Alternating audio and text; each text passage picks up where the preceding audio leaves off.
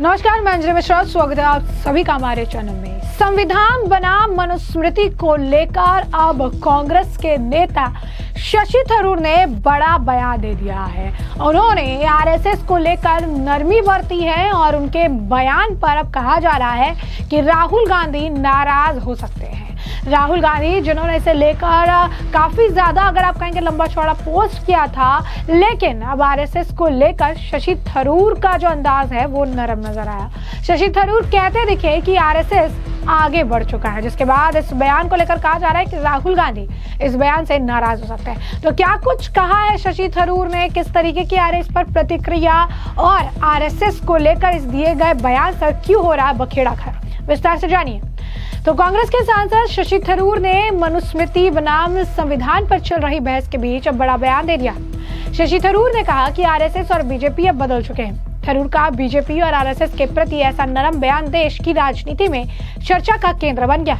थरूर ने यह भी स्पष्ट किया कि वर्तमान में आरएसएस संभवतः उन पुराने विचारों से आगे बढ़ चुका है और आज वो क्या सोचते हैं वो खुद आरएसएस बेहतर बता सकती है। राष्ट्रीय स्वयंसेवक संघ के महासचिव दत्तात्रेय होसबले ने संविधान की प्रस्तावना से समाजवादी और धर्मनिरपेक्ष जैसे शब्द हटाने की बात का समर्थन किया था।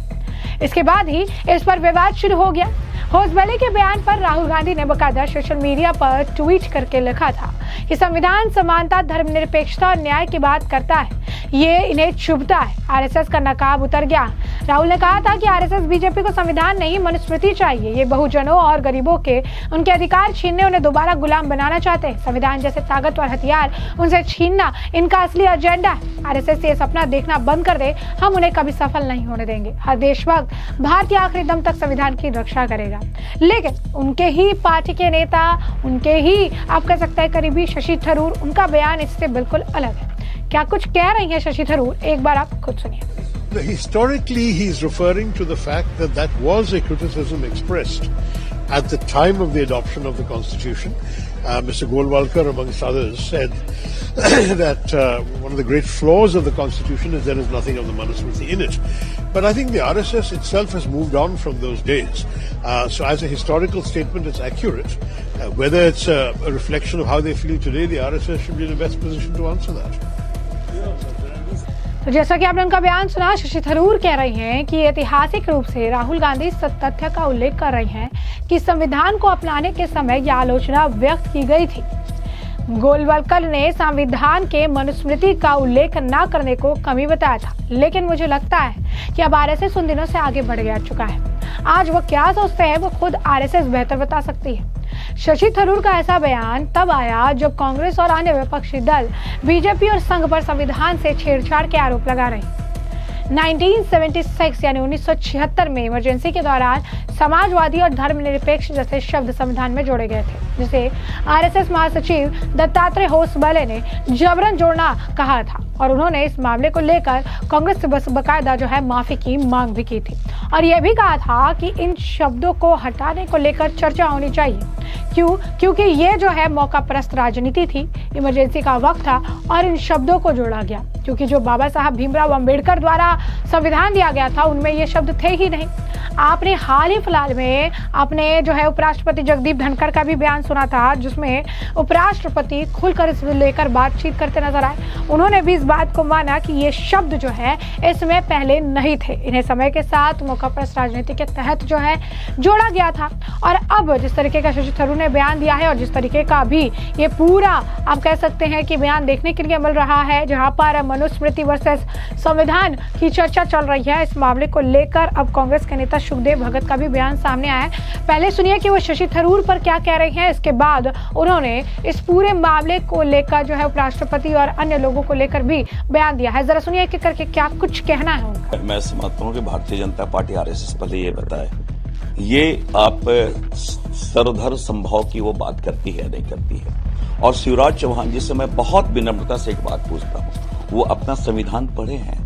उनके संविधान का मैं आपको कोट कर देता हूं। उनके संविधान में पहले पृष्ठ में ही अंकित किया हुआ धर्मनिरपेक्षता, समाजवाद, और वो इस प्रकार का बयान दे रहे हैं। और आज भी अगर हम इक्वलिटी ऑफ ऑल रिलीजन की बात करें या स्टेट जो है वो न्यूट्रल रहे और आर्टिकल 14, 15 की बात करें, 14, 15, 16 की बात करें, तो क्या उसमें विश्वास नहीं करते हैं? और ये तो भारत की वैसे तो ऐतिहासिक परंपरा रही है, विरासत रही है। सर्वधर्म समभाव की बात हम करें। एक बात और मैं जरूर कहना चाहूंगा, मैं यहाँ आपको ये कॉन्स्टिट्यूएंट असेंबली के हमारे एचबी कामत, उनकी बात, उन्होंने क्या कहा था कि उन्होंने स्पष्ट कहा कि सेकुलर स्टेट का मतलब ये नहीं कि हम धर्म को नहीं मानते हैं। एक दूसरी बात, बाबा साहब अम्बेडकर ने भी कहा धर्म का एसेंस हो, लेकिन कोई थोपे ना, कोई पर्टिकुलर धर्म को ना थोपे, ये उन्होंने भी कहा है। तो क्या ये सारे लोग बाबा साहब अम्बेडकर के जो कॉन्स्टिट्यूशन है उसको ये नहीं मानते हैं? क्या सोशल जस्टिस को ये नहीं मानते हैं? धर्मनिरपेक्षता को नहीं मानते हैं? तो ये भारतीय जनता पार्टी आरएसएस तो प्रारंभ से ही, ये तो इस भारतीय बाबा साहब के, ये अम्बेडकर साहब के जो संविधान उसको ये नहीं मानती है, इसलिए वो परिवर्तन की भी बात करते रहे, स्वीकार वो नहीं किए हैं। तो उनकी जो मंशा है, छिपी हुई मंशा, वो जग जाहिर हो रही है। लेकिन सवाल ये उठता है कि कर रही है, लोगों के लिए समझना मुश्किल है जब जगदीप धनखड़ साहब ये कहते हैं कि 1976 के 42 अमेंडमेंट में जबरदस्ती समाजवादी, धर्मनिरपेक्ष, अखंडता जैसे शब्द जोड़े गए जो बाबा साहब के संविधान है, उसका मूल हिस्सा ये नहीं है। अब इस बहस के लिए लोग कैसे समझे होते? तो मैं समझता हूँ कि उपराष्ट्रपति महोदय टिप्पणी करना उचित नहीं है, लेकिन बहुत उनसे शालीनता, सद्विनम्रता से मैं एक चीज पूछना चाहूंगा। संविधान में एक प्रावधान है, जो लचीलापन है, जिसे कहा जाए फ्लेक्सिबिलिटी है।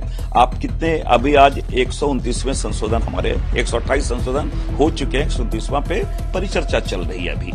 तो क्या धनखड़ साहब ये बता सकते हैं कि संविधान में परिवर्तन क्यों हुए हैं? क्या वक्त के साथ हम ना करें? और सबसे बड़ी बात, जिन शब्दों पे उन्होंने आरोप लगाए हैं, सेकुलरिज्म और समाजवाद पे, केवल वो बता दें हम इसको नहीं मानते हैं, हम धर्मनिरपेक्षता को नहीं मानते हैं, समाजवाद को नहीं मानते हैं। ये तो हमारे संविधान की मूलभूत ये आत्मा है हमारी। और मैं दो चीज आपको जरूर कहता हूं, इंदिरा गांधी वर्सेस ये राजनारायण का जो केस थे, AIR 1975 में जो सेक्शन 2299 में, उसमें बहुत क्लियर चीजें हैं। और तो और मैं आपको कहना चाहूंगा, SR बोमई वाले केस में ले लें, साथ ही साथ सरदार TS साहब versus state of Bombay, AIR 1962 section 853 में भी सेकुलर नेचर जो हमारा इंडियन डेमोक्रेसी का एसेंस है। तो क्या जो इसका कॉन्स्टिट्यूशन का जो हाईएस्ट ये इंटरप्रेटर है सुप्रीम कोर्ट, क्या उनकी बातों को भी ये नहीं मानेंगे? न्यायालय की बातों को भी ये नहीं मानेंगे?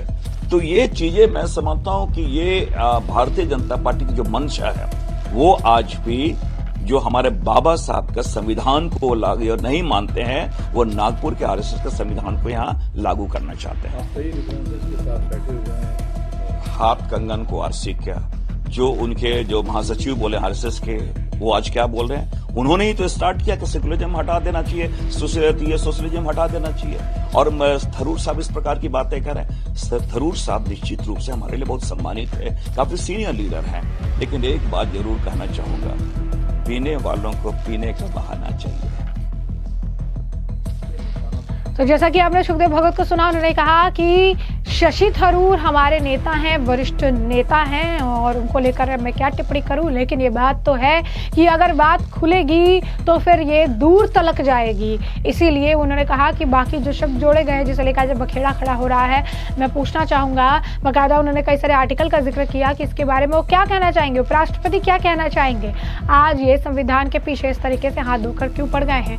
यह इनकी राजनीति है। तो यानी साफ तौर पर एक तरफ शशि थरूर है, जो अब कांग्रेस की आंखों में चुभने लग गए हैं। इसके पीछे का कारण शशि थरूर का बेबाक रवैया है। शशि थरूर जब से उस डेलीगेशन का हिस्सा बने जो विदेश में जाकर जो है इस पूरे ऑपरेशन सिंदूर और पहलगाम अटैक को लेकर जो है पाकिस्तान को बेनकाब कर रहा था, उस वक्त से कांग्रेस के अंदर आंतरिक कलह और कलेश देखने के लिए मिला।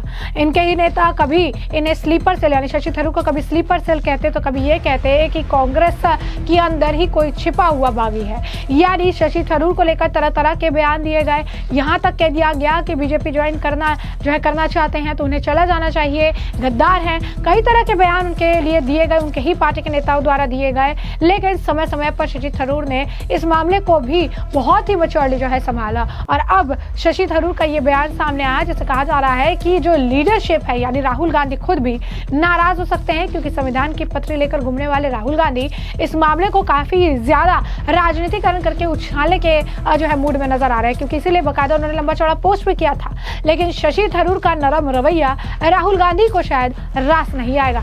अब ये देखना दिलचस्प होगा कि राहुल गांधी की क्या कुछ प्रतिक्रिया रहती है शशि थरूर के इस तरीके के बयानों को लेकर, क्योंकि जब भी कोई पार्टी लाइन से इतर जाता है तो राहुल गांधी इसे लेकर बाकायदा बयान दे देते हैं, उससे पार्टी से निकालने की बात तक कह देते हैं। हाल ही फिलहाल में एक वरिष्ठ नेता के भाई को भी इसी तरीके से पार्टी से निष्कासित कर दिया गया था। अब ऐसे में देखना होगा कि शशि थरूर को लेकर कांग्रेस का टेक क्या रहता है, उससे हम आपको रखेंगे अपडेटेड। फिलहाल के लिए हमने आपको जो पूरा मामला है विस्तार से बताया। इस मामले पर अब आपकी जो राय हो वो कमेंट सेक्शन में कमेंट करके जरूर से जरूर साझा करिएगा। धन्यवाद।